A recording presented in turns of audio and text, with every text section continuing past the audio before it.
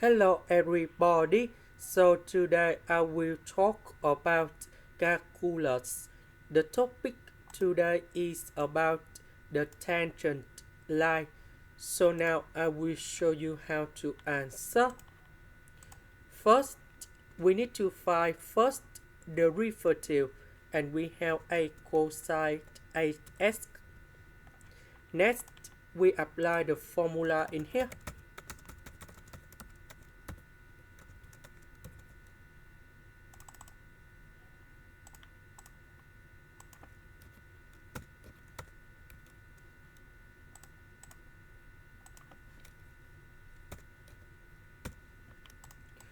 So for this one, we just put about b, go to here,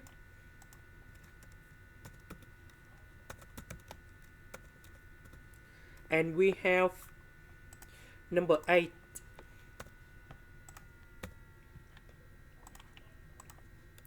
So we have 8s minus s0, that is about b in here,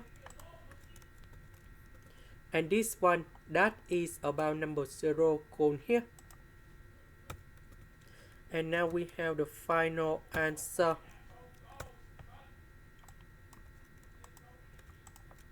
This is the end. Thank you for watching.